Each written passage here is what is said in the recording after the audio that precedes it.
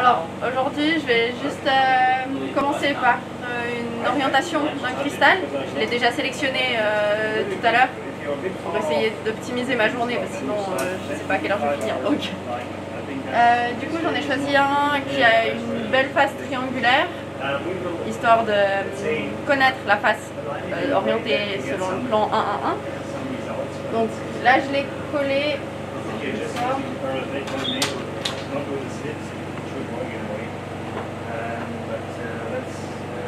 Je l'ai collé sur un support, sur sa face triangulaire, c'est pour ça qu'on ne voit pas très souvent. Et après, l'idée c'était de finaliser l'orientation grâce à une caméra de Laowa, donc qui va fonctionner avec un détecteur qui est placé à l'arrière de la machine en réflexion. Donc, les rayons diffractés seront captés par réflexion dans le détecteur, et le but avec un échantillon orienté selon le plan 1-1-1, c'est d'obtenir cette fameuse étoile à 6 branches qu'on peut voir sur l'écran, et que le centre de l'étoile soit au centre du cliché de diffraction. Et c'est ce que je viens de faire au final. Grâce à mon goniomètre, j'ai pu déplacer mon centre vraiment bien aligné, et puis c'est là-dessus que je vais me baser pour pouvoir faire ma découpe par la suite.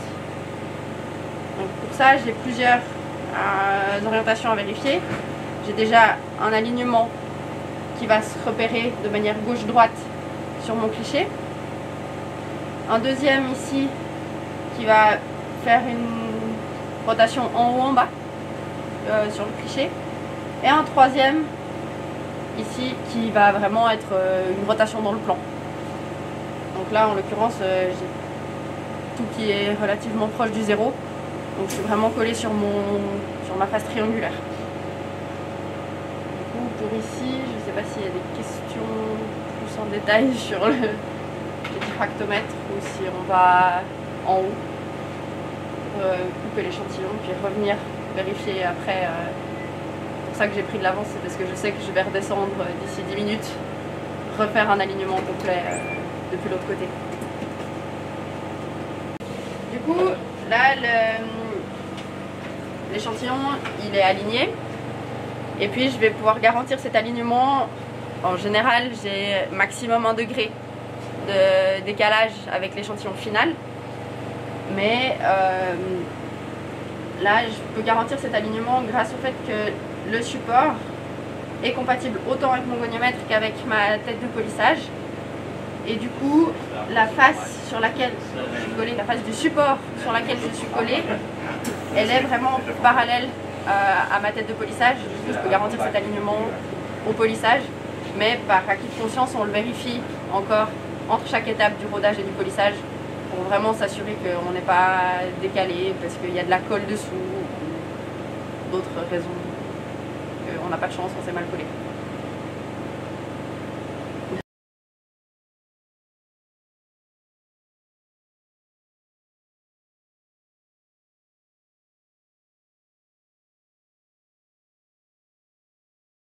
Alors du coup là je suis sur ma scie avec mon disque que j'ai déjà rectifié ce matin.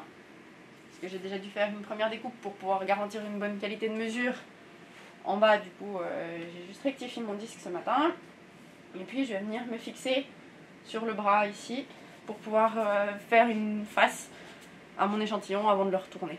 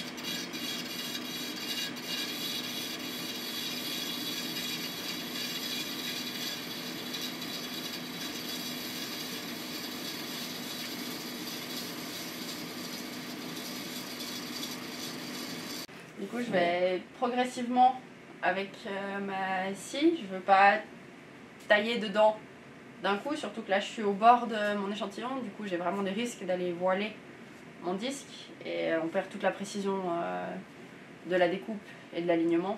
Donc c'est un peu dommage de tout perdre parce qu'on y va un peu trop fort. Du coup, j'y vais vraiment progressivement par pas d'un petit peu moins que 5 centièmes. Je fais pas des pas forcément hyper réguliers. Je veux juste aller progressivement pour faire une face petit à petit. Puis une fois que j'obtiens une face, bah, je vais pouvoir aller décoller mon échantillon, le nettoyer, et puis pouvoir le recoller sur la face que je viens de couper avant de retourner faire une mesure en bas avec la caméra de là-haut. Là, je vais juste déjà faire fondre la colle, la dissoudre avec un produit c'est un produit non solvant de la marque qui justement nous fournit les colles et qui permet de dissoudre cette colle de manière propre. Voilà.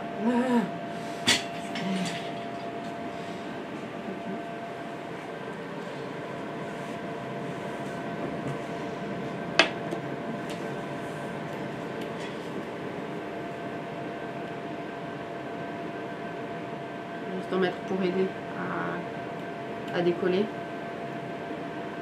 Puis après on mettra l'échantillon carrément dans le produit. C'est un produit, on sait par expérience qu'il n'endommage pas cet échantillon. Du coup on en profite pour pouvoir faire des beaux nettoyages d'échantillons. Là je suis en train de nettoyer déjà une première fois l'échantillon. Juste avec un coton-tige, avec un peu du liquide pour dissoudre un maximum de ma colle. Limiter l'effet violet dans le produit, essayer de le préserver le plus longtemps possible et de ne pas devoir le changer trop souvent. Et puis maintenant que j'ai enlevé le gros de la colle, je vais mettre l'échantillon dans le liquide un petit moment, histoire de vraiment enlever la fin de la colle et de m'économiser du temps par la suite, éviter d'avoir des gros amas de colle qui restent après pour le polissage, et puis même après le polissage ça me simplifie mon nettoyage final. J'enlève petit à petit les excédents de colle. Je vais sécher l'échantillon aussi, éviter qu'il reste du produit, parce que sinon au moment où je vais le recoller, ça va me dissoudre ma colle et ça va pas tenir, donc je vais le sécher. Et puis après je vais juste le tourner qu'on voit bien les différentes faces.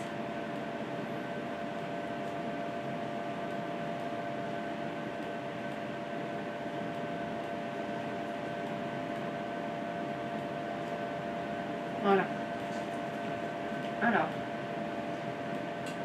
tout à l'heure je parlais d'un triangle. Donc là, on peut voir justement ce triangle. Je ne sais pas s'il ressort à la caméra. Il faut vraiment que tu fasses tourner, et puis voilà, là on l'a bien vu là. Ouais. Et puis de l'autre côté, du coup, parallèle à ce triangle, je vais avoir cette face qui est beaucoup plus mat, qui est justement la face que j'ai coupée juste avant. Et là maintenant, l'objectif ça va être de se coller sur cette face mat et de vérifier l'orientation de cette face mat, voir si on s'est pas désaligné.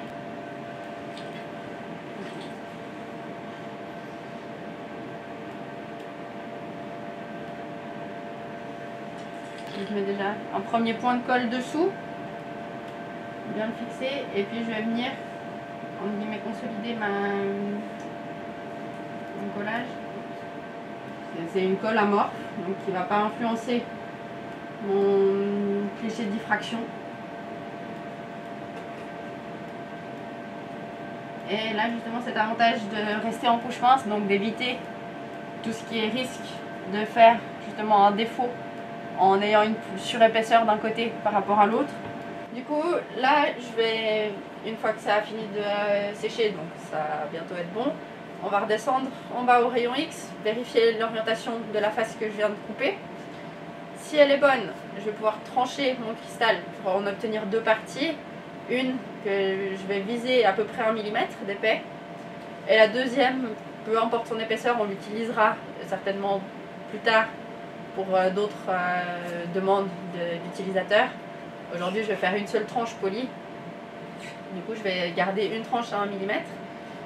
Et puis après, la retourner encore une fois, revérifier au rayon X. Et après, je vais pouvoir passer au rodage, déjà de la première des faces, avant de la retourner. Donc retourner au rayon X, roder la deuxième face, la retourner au rayon X et polir. Du coup là on peut voir que ça a bien séché la colle. On voit toujours bien le triangle de la face initiale. Du coup on va retourner au rayon X, vérifier cet alignement. Et puis même si il reste un tout petit peu à sécher et à refroidir comme colle, il n'y a tellement aucun effort au rayon X que ça finira de sécher avant d'aller sur la scie, si vraiment il devait y avoir un petit peu dessous qui n'est pas encore sec, mais j'y crois pas. Je pense que tout est sec.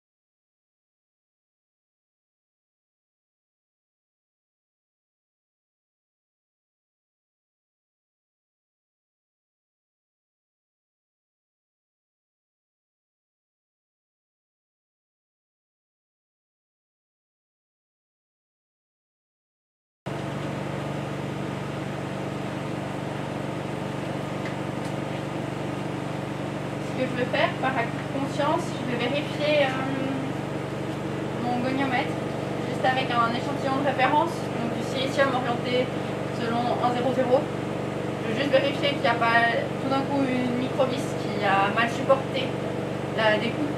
C'est déjà arrivé qu'il y ait certains désalignements.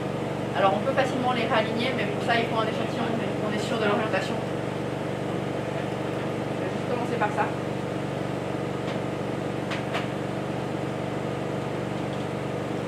C'est un échantillon tout simple.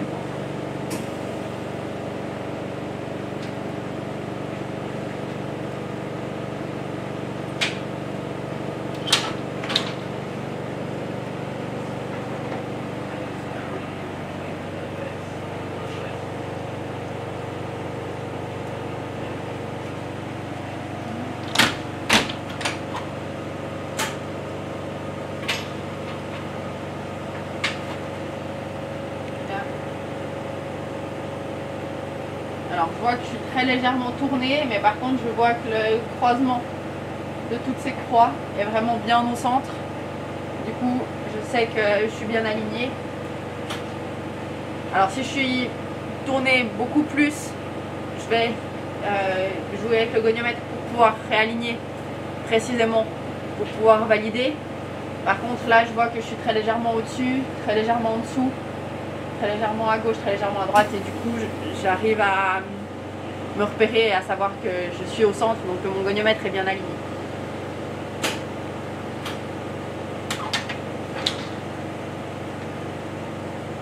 Évidemment pour faire ça, il faut que j'ai vérifié à l'avance que j'étais bien avec le goniomètre aux angles de référence, donc 0 degré en rotation gauche-droite et chez nous il est à 90 degrés verticalement.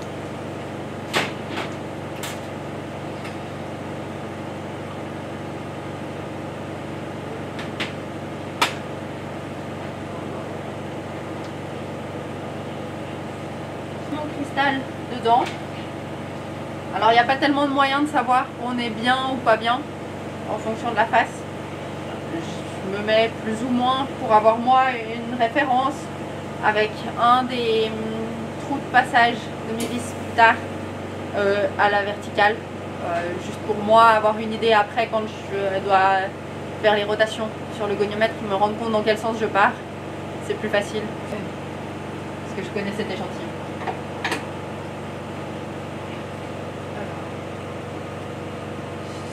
Ouais, alors déjà dedans, on peut voir que je suis très légèrement trop bas par rapport au canon. Du coup, je vais juste monter mon support. Et puis par contre, horizontalement, on voit que le cristal est vraiment en face du collimateur. Donc je vais pouvoir le reculer pour le mettre à sa référence. Pour avoir des mesures vraiment comparables les unes aux autres. Et puis justement avoir cette précision angulaire après à l'acte.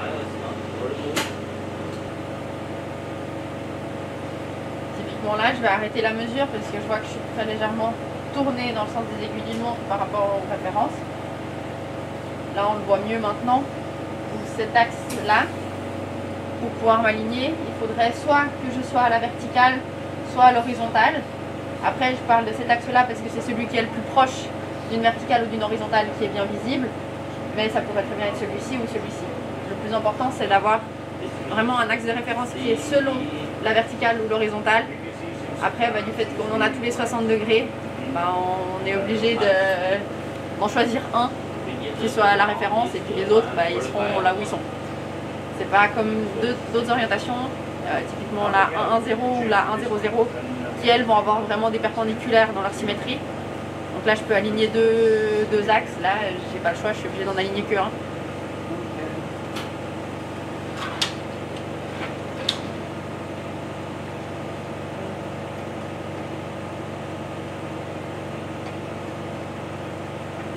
Alors pour l'instant, même si je suis en train de faire des changements dans l'alignement, ça reste des changements qui, si c'est les seuls changements que je dois effectuer, le cristal est bien orienté, parce que ça dépend juste de comment je l'ai mis dans le goniomètre justement, au niveau du support. Donc ça, je fais qu'une rotation dans le plan, donc ça va pas changer mon orientation cristallographique, ça va vraiment me la garder. Par contre, si je dois commencer à changer un des deux autres axes, là, je perds mon alignement, je change de plan, et là, ça demandera de refaire une face comme je l'ai fait tout à l'heure, pour retourner, pour recommencer le processus au final. Je vais encore très légèrement le tourner, mais alors c'est vraiment très léger, hein. On voit que je suis très légèrement à côté, mais c'est vraiment juste histoire d'avoir un beau cliché. Mais par contre, on voit que je suis vraiment bien alignée.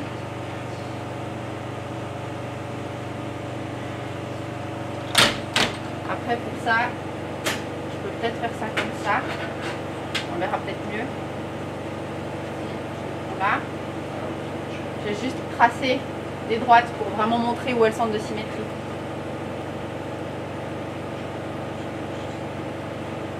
C'est vrai qu'au milieu, il ne nous affiche pas les points de diffraction.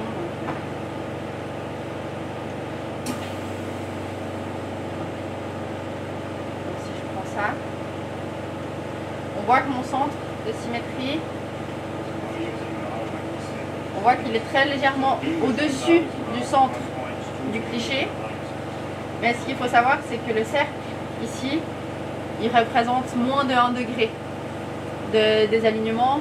Il est dépendant de la distance à laquelle je suis avec mon échantillon.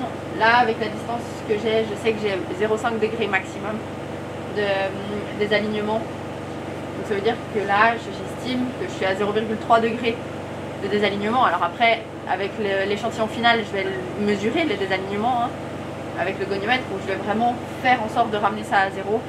Mais par contre, là, je le qualifie comme suffisamment bon pour éviter de continuer.